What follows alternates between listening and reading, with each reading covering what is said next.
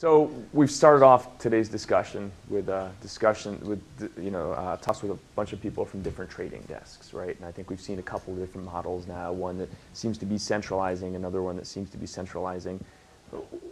Where's the future for you as a trading desk? Well, it's one of the big misconceptions right now, and that is that Xaxis is not a trade desk. We're a media company, and we are a line item on an advertising agency's media plan, just like AOL or Yahoo or any of the other media companies that are purchased in order to accomplish a particular objective. And so we compete in terms of performance and delivery, just like anybody else does. We also have a very large sales force that calls directly on agencies outside of the WPP family. And as a result, we're selling our media products to the industry at large. So how are you different than any of the other ad networks or DSPs or anything else that's out there then? We're a buyer and seller of media. And if you look at the trail that we've blazed, you've already seen other agencies starting to imitate it, which is the greatest form of flattery. Omnicom, in one of their earnings calls, disclosed that they were not charging for time and materials on some of their business. So if you look at us like a company like Brooks Brothers, company that makes a tie, for instance. We use audience, technology, and inventory, and we package that up into a product. Very much like Brooks Brothers takes a tie, they buy the materials, they have a tailor make the product, they ship it to the store, and they sell it at a certain price. And what's interesting, imagine going into Brooks Brothers and saying, that tie, how much did you pay for the material? And by the way, the tailor, what is the rate per hour? And did you ship it by ship, or was it by train or truck? And what was the average cost on that? And you're charging me what? I mean, it's ridiculous. So when you look at our products, they have to perform against anybody else's, and we find that they outperform much of the competition time and time again. So it's funny you say that, right? The cost way of looking at things. I think there's been a bad word in our industry, which is called arbitrage, right? But arbitrage and profit, is that really different?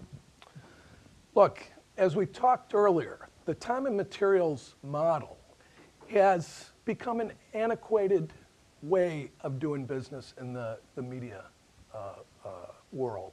And unfortunately, as was pointed out earlier by a colleague of mine, Mike Polonia, about procurement departments, just grinding it down to the last possible nickel and dime where you have to get permission from the client to buy a pencil.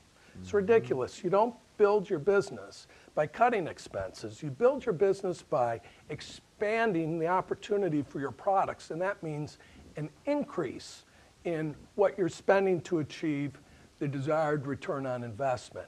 So I think that comes back to a lot of the buzzwords we talked about, measuring ROI and things like that. Practically speaking, right? Like what does that look like when a brand comes to you? Depends on the brand, of course. Depends on what their objective is. Many brands, like Domino's Pizza, for instance, it's about selling a certain number of pizzas. Other brands recognize that they have to fill the top of the funnel. We do business on metrics based on what's the best way to measure those customers that are most likely to buy the product. And you know, we've talked a lot about data, and the most, I think, misconstrued thing about data is how to use it. Because everybody's got it, everybody can package it into their products, but the key is, how do you use it in a way that actually increases the likelihood that a customer is going to be aware of your product, actually buy that product, recommend it to others, and that is a very tricky thing. You know, it's funny, we had a discussion recently with somebody who we were talking about the on-target percentage of something that was a model based on data, and the person turned around to us and said, well, if I use age and gender, I probably get at the same thing, right? or close to it at a lower premium, right? Very, very true. In fact, based on the prices of reaching a general audience, many times you're better off just using that low ball rate and spraying that ad all over the place. And many times that performs better than if you were to buy a data filter. Now, my favorite story is when a guy came up with an idea in the direct mail business of tabulating a list of dead people. Because every year, you know, a certain percentage of Americans die.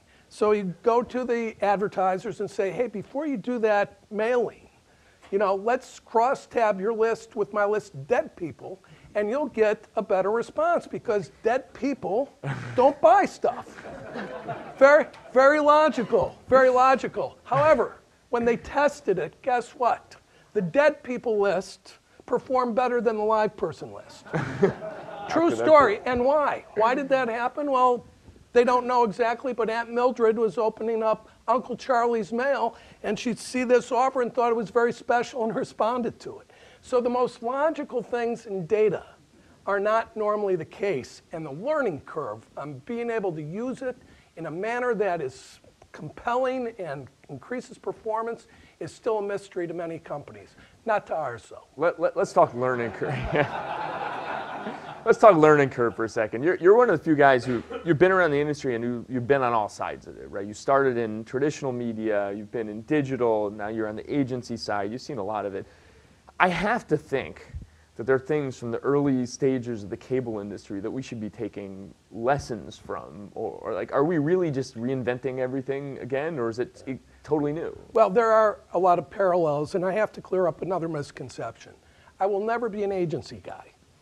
I work within a company that has a number of agencies. Also, our biggest form of revenue is our research organization. And I've been on the sell side all my career, continued to favor that expertise that I've developed over time. But at Turner Broadcasting, 1979, it was us and ESPN.